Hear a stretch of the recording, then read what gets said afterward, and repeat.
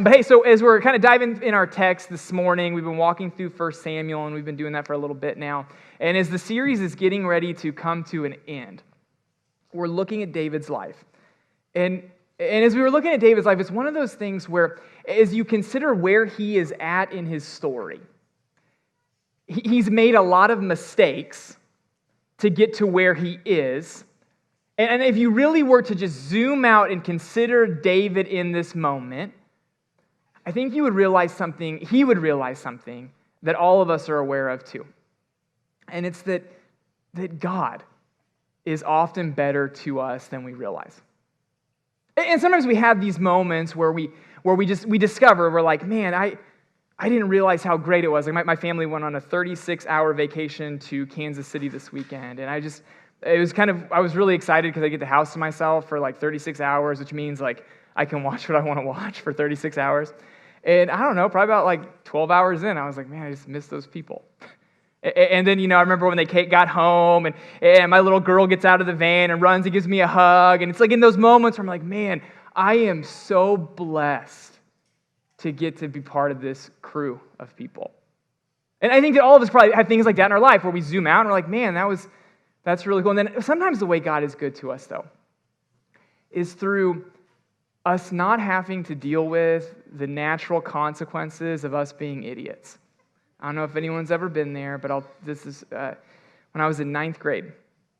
When I was in ninth grade, my parents spent a lot of money for me to go on a trip overseas. We went from Paris all the way to Copenhagen. And it was this really cool trip. And on the way from Paris to Copenhagen, we took a stop in Hamburg, Germany, okay? And I was in ninth grade, and just to give you a picture of ninth grade Ryan, as I was ornery and not saved.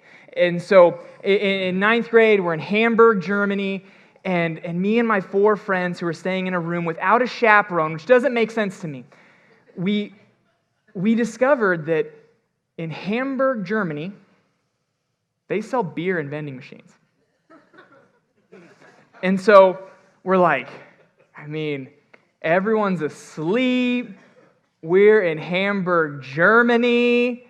And so we get $3, put it in a vending machine, and we bought a beer.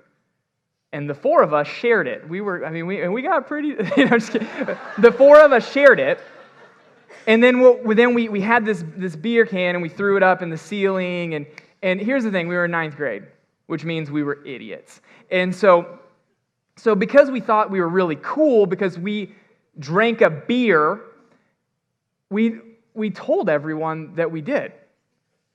So we go to breakfast this morning, and we're like, oh man, I'm like, you know what you do. Like, and so we were bragging, and we bragged to this 7th grader. And you get the look on his face when we started telling him what we did. Like his eyes started to well up with tears. And I just knew in that moment that wasn't going to turn out well for old Ronnie. And so we tell, and the kids, we're like, okay, that was weird. Like, that's a weird way to respond to that cool story that we just told you. And then the next night, we hear our doors open, and all of the teachers are in our room trying to find the beer can that we threw in the ceiling so that we could get in a lot of trouble. They woke us up, and here's the thing. We threw it in the ceiling, they couldn't find it. And so we were able to convince them that we didn't do it. The next morning, we were so convincing in telling them that we didn't do it, the next morning, one of the teachers actually took me aside, and she apologized to me because she didn't initially believe me. And that's the end of the story. Okay, that's the end of the story. Now, okay, I look back on that, and what were the natural consequences of that? I should have gotten caught. I did something wrong. And I should have paid for my stupidity. Like, that is exactly what I did was wrong. It was stupid. Like, you shouldn't do that type of thing. But I did. I probably should have been sent home from Germany. And I can just tell you this, my parents are very gracious people. The first time they heard this story was at 8 a.m., okay? So, they're very gracious people. But I just imagine that when I would have landed at the Springfield-Branson Regional Airport, having to fly back on their dime early for something that I did that I was stupid doing, they probably wouldn't have been very cool with that. Not to mention, I probably would have gotten in a lot of trouble at school. I could have gotten expelled. There's all kinds of things that could have happened, and I look back on that circumstance, and I just see God was gracious to me in spite of my foolishness. And as we come to the story in our text this morning, David's at this spot where he's in a really difficult place. And if you really were to look at the circumstances surrounding the difficult place that David is in, some of it is his fault. But at this point in Israel's history, the king is a man named Saul. And Saul, the king of Israel, what he wanted to do is he wanted to kill David. David wouldn't fight back, so he just kind of kept running from Saul. And as he was running from Saul, he decided that he needed to seek asylum somewhere where he could get protected. And so where he goes is he goes to Philistine territory, which is the land of Israel's enemies, to try to get protected from Saul. Most commentators see that as David not trusting God. And so then as he seeks asylum amongst the Philistines, he makes a deal with one of their lords where he basically says, here's what I'll do. I will be a hired mercenary for you if you give me Ziklag, which is a place where he inhabits. The Philistine lord, he agrees to this. Is a man named Achish. We'll meet him in a moment. And David is spending this part of his life as a pirate for the Philistines. And not only is he doing this, but he's lying to Achish about what he's actually doing. So he's not trusting God by seeking asylum in a place that he shouldn't be, and he's lying about what he's doing there. And at this point in our text, in chapter 28, it catches up with him. And we'll see as we look and we walk through it that God gives him far better than he deserves. We'll start in chapter 28, verse 1. It says this, "In those days, the Philistines gathered their forces for war to fight against Israel. And Achish said to David, 'Understand that you and your men are to go out with me in the army.' And David said to Achish, 'Very well, you shall know what your servant can do.' And Achish said to David, 'Very well, I will make you my bodyguard for life.'" David's been lying to Achish. He's been telling him that he's been fighting against Israel, when really what David's been doing is he's been fighting against the Amalekites. Now we're in this circumstance in Israel's history where there is another war with the Philistines and the people of Israel. And Achish is like, "Well, David, I've given him Ziklag. He has been a mercenary for me, fighting my enemies. It is only natural that David will fight with me against the people of Israel." And I would just remind you that David was told in chapter 16 that someday he would be the king of Israel. So now David's at a spot where the people where he is seeking asylum, the people who are protecting him, are fighting against the people that he's going to lead. And the person who's kind of his boss, this guy Achish, is saying to him, "Hey, you're going to fight." And so Achish comes to David and he says, "Okay, understand that you and your men are supposed to go out with me to the army." And you kind of get the impression here that Achish is doing that thing that you do when you have a lunch appointment and you're not sure if they're going to show up. You send them a text message like 30 minutes before just to make sure they're going to come. Like he's saying, "Okay, you understand, like, you work for me, this is a battle, like you're with me." And what I find so interesting, okay, because one of the things that people don't know in this, and we're going to find that we don't know either, is what David was going to do. Because if you look at David's response to Achish, it is very non-committal. Achish says, "Hey, you're gonna go and fight with me." Now, David could have responded by saying, "Yeah, I am." He could have responded by saying, "Oh, dude, we could take those guys." He could have said, "I am with you, heart and soul, I will fight." But what does he actually say? He says,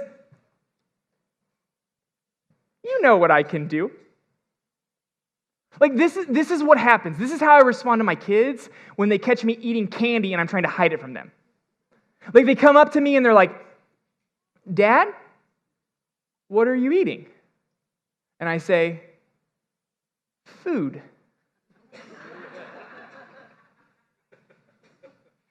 And then my son, he's 7, and so he's smart, and he's trying to press in, and he's like, no, but what are you eating? And this is what I do. I change the subject. And sometimes he doesn't pick up on it. Like, it's non-committal. I don't want to commit. I don't know what I'm doing.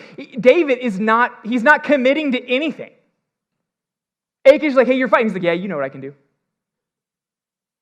And then as you look at Achish's response, you can see that, like, the author of 1 Samuel is showing the conflicted nature of David's soul, and you see it in that word bodyguard. Now, bodyguard in the Hebrew, it literally means keeper of my head. Achish is from Gath. Goliath was from Gath. David, when he killed Goliath, he famously cut off his head. You see this insight into him saying, you're not going to cut off my head, right? And then as the text goes forward, we see in chapter 29, the battle begins. And you see the grace of God working throughout it. Chapter 29, verse 1. It says, now the Philistines had gathered all their forces at Aphek. And the Israelites were encamped by the spring that is in Jezreel. As the lords of the Philistines were passing on by hundreds and thousands, David and his men were passing in the rear with Achish. The battle's here. The battle's before them. And really, David has options. Like, if you think about it, there are 3 things David could do. One, David could say, you know what I'm going to do? I'm going to be a double agent. That as soon as the battle starts, I will turn on the Philistines and I'll fight for Israel. And some people have speculated because of his non-committal language that that's his plan. But we don't know because the text doesn't say. Some people have speculated that what David's going to do, he's going to fight Israel. That he's comfortable in Ziklag, he kind of likes it, he's kind of king, and so he'll just fight Israel and he'll do what he said that he's going to do, and they'll say that based on kind of his conversation with Achish. Some people speculate, and they think that what David's going to do is that he's not going to fight Israel, but he's going to go to battle, and he's just going to protect Achish. That he makes it very clear, I'm going to be your bodyguard. I'm going to keep your head. I'm not going to let anything happen to you. And really, whatever the case might be, here's what we know. That would not be a good place for David to be no matter what he's thinking.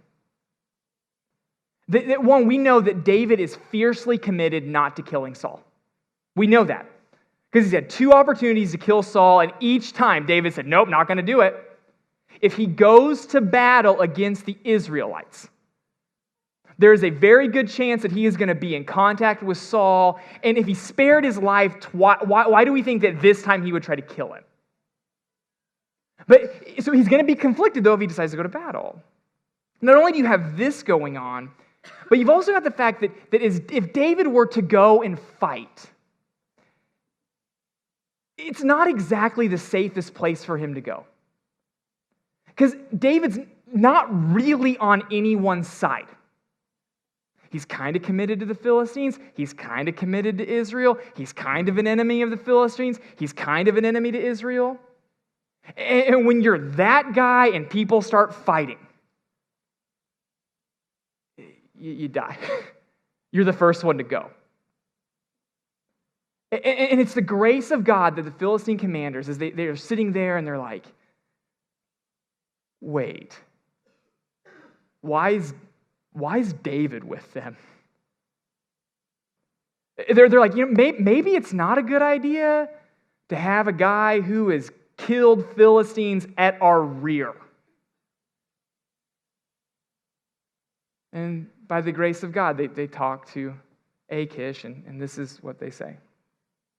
It says, the commanders of the Philistines said, what are these Hebrews doing here? So no one told them. They're like, this is weird.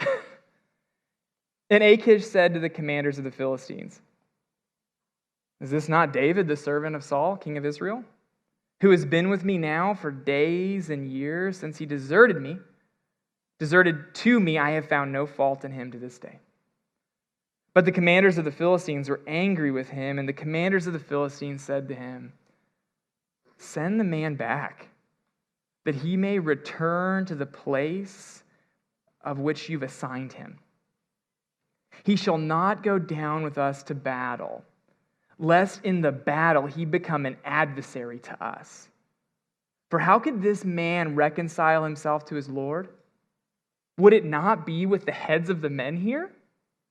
Is this not David, whom they sing to one another in their dances? Saul has struck down his thousands, and David his tens of thousands?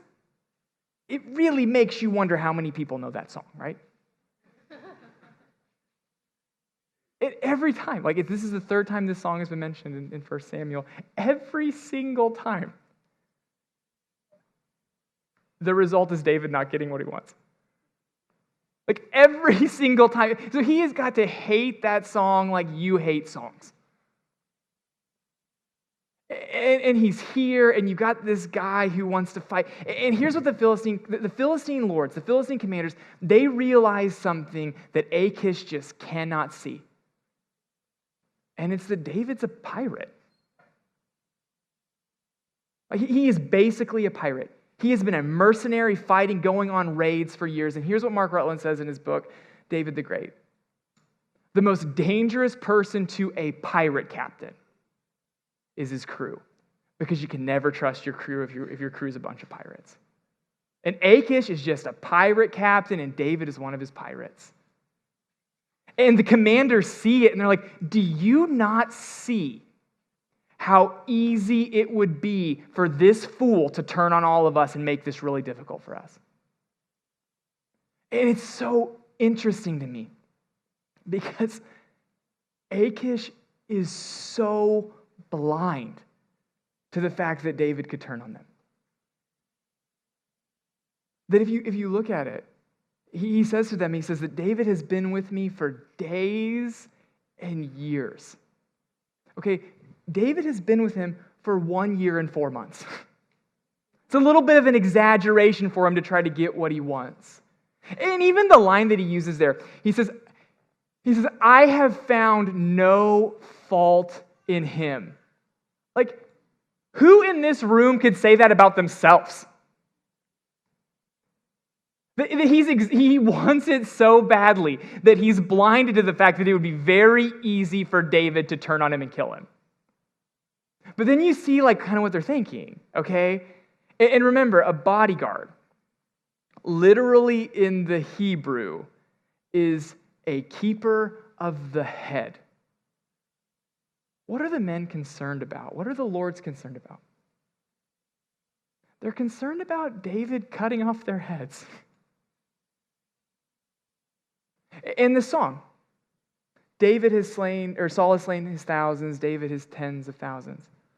The first time that song was sung was after David cut off Goliath's head. And so this is imagery that these people are unable to shake. They realize something that Achish cannot see, and it's that David, he shouldn't go with them. And so by the grace of God, Achish tells David, you can't go. Look at this. It says, then Achish called David in and said to him, as the Lord lives, you have been honest to me, and it seems right that you should march out with me in the campaign.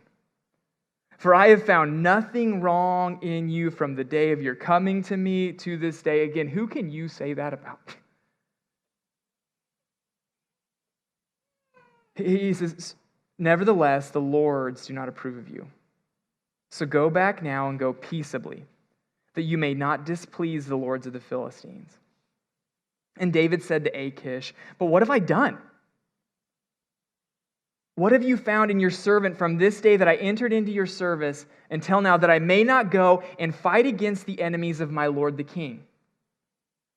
And Achish answered David and said, I know that you are as blameless in my sight as an angel of God. Nevertheless, the commanders of the Philistines have said, he shall not go with us into battle. Now then, rise early in the morning with the servants of the Lord who came with you, and start early in the morning and depart as soon as you have light. So David set out with his men early in the morning to return to the land of the Philistines. But the Philistines went up to Jezreel. Achish is so willing to double down on David that he literally swears by God's covenant name. He swears by Yahweh that David is good. And it's really funny because something worth noting in chapter 29 is that half of chapter 29 is Achish talking about how great David is. And he really has no idea. David's been lying to him and he just doesn't know it. And even like to look at just David has been very non-committal in his conversations with Achish. He lied about where he was going on the raids earlier on. He said the thing about the bodyguard thing. He doesn't really commit to going to fighting. And then you see just like a little bit more non-committal language in David, even after he's been told that he has to leave. And you see it in that phrase where he says, to fight against the enemies of my Lord the King. Now, there are 4 possible people he could be talking about when he says my Lord the King. 1, he could be talking about himself. Chapter 16, he was anointed, told that he was going to be king, that he is the anointed one. He's the one, the inevitable king of Israel. Like he could be talking about himself. He also could be talking about Saul. Because last time he interacted with Saul, he called him the king. He called him the Lord's anointed. So it's possible that he's just being really subtle in his language, and he's talking about how he's going to fight for Saul. It's possible that he could also be talking about Achish, but here's why that seems like a stretch. Because Achish is not a king. He's a Philistine lord. It's even possible, as you look at it, that he might be talking about God. Like God, he is a king, and he's going to fight for God and his kingdom. But regardless of whoever he's talking about, regardless of what's going on, regardless of all the subtlety in the language and what the author is trying to communicate to us, I would just draw your attention to that last verse. And in that last verse, if you are David, you're frustrated. Because if you're David, that was not the plan. Maybe he was going to turn and fight Achish. Maybe he was going to fight Saul. We don't know. But his plan was to go and fight. His plan was to go into battle. But instead, he had to go home. And what we see in him having to go home is something that is true of all of us that we don't realize. And it's something that it's hard in the moment, but when you zoom out, you can see, and it's this, is that we don't always realize that God is being gracious to us. That we get so focused on what we want. We get so focused on our plans. We get so focused on the things that we want to do that we get frustrated when things don't go the way we want, when maybe like David, truth is that God is being gracious to us. And we can look at David's story and we can see that God was being gracious to him. Because here's what we know. We know that battle that David avoided that day was the battle where Saul and his son were both killed. And even if it was David's plan to turn on Achish the whole time, it would look a little sketchy that he just so happened to turn on Achish right after Saul died. And at the very least, it would have made it a lot more difficult for him to get to the throne. It was God's grace that sent him home. But not only was it God's grace in him inevitably getting to the throne, it was also God's grace for the lives of him and his men. Look at what happens in the next verse. As David is heading home, he goes to Ziklag. David, remember, he's a pirate. And when you're a pirate, eventually your deeds catch up with you. It says, now when David and his men came to Ziklag on the third day, the Amalekites had made a raid against the Negeb and against Ziklag. They had overcome Ziklag and burned it with fire and taken captive all the women who were in it, both small and great. They killed no one, but carried them off and went on their way. If David would have fought, he wouldn't have made it back in time. That if David would have fought, he wouldn't have had the resources and the people to try to save the women of Ziklag. That it was the grace of God that David was sent home. And what's true of him is true of us, is that we don't always realize that God's being gracious to us. I would imagine that as David reflects on his life at the end of it, and he thinks about this scenario in particular, I would imagine that he looks back on it and he feels very grateful for how God worked this situation out. Even though in the moment, I bet he wasn't thrilled. And here's what I bet. I bet there are some of you that's where you are right now. You're looking at circumstances in your life and you are like, I just don't get it. This is frustrating. This is not what I would have signed up for. This is not good. And you're kind of like David in the moment where you're like, this is what I was hoping for, and it isn't what I was hoping for. And I just want to maybe propose to you based on this text and a couple verses is what God might be doing. If that's where you are, if you're frustrated with your circumstances, if you're looking around not understanding, maybe what God is doing is he might be protecting you from something. It's possible that the reason why you aren't getting what you want is because there is something that he is protecting you from that you are completely unaware of. I mean, that's David. God protected him because God wanted him to be king, and he knew it would have been hard for him to be king if he would have gone to battle. And for some of you, maybe the thing is, maybe there's just something that you are completely oblivious to, but if you're able to do what you want, it'll destroy you. I think sometimes what we think is we think that we know the best all the time. That we think, I know what's best for my life. I know where I need to go. I know why this needs to happen. And here's the reality, is that more than we would ever want to admit, our lives are a lot more like that game show, Let's Make a Deal, than we would ever want to realize. That as much as we might think that we know what's behind the door, we really don't know what's behind the door. As much as we think that we are the master of our fate, the controller of our destiny, the truth is that everyone in this room is one phone call away from being devastated by something they had no control over. So we have no idea what God might be protecting us from. The other thing that we might not know when things don't go our way is we don't know, like God might be directing you somewhere else. That lives were saved.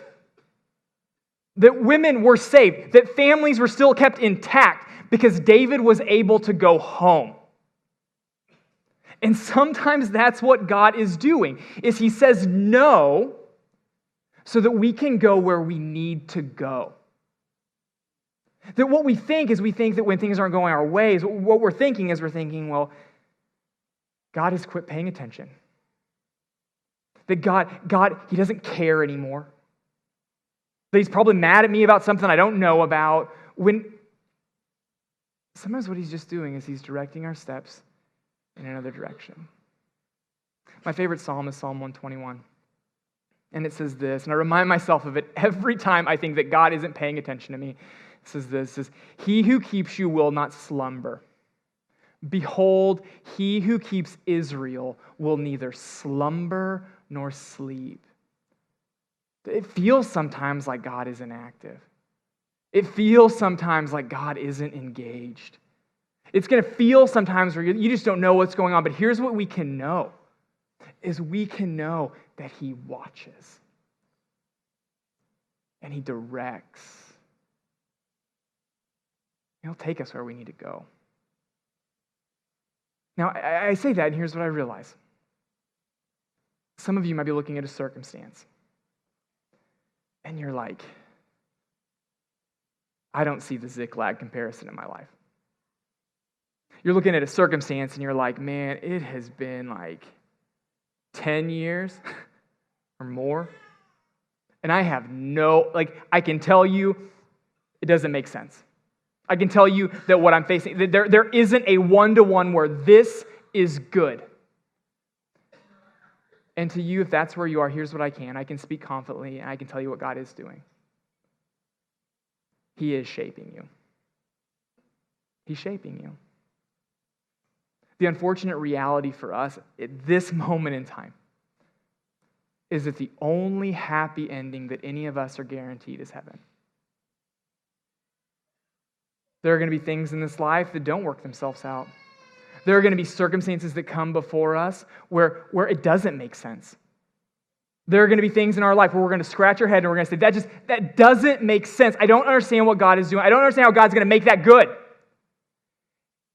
And all I can tell you in that moment is that when you walk through it, is that he is shaping you. I like the way that Jesus' brother says it. It's a man named James. And he wrote a letter in our New Testament. And he said this in James chapter 1. Talking about challenges. He says, "Count it all joy, my brothers, whenever you meet trials of many kinds. For you know that the testing of your faith produces steadfastness.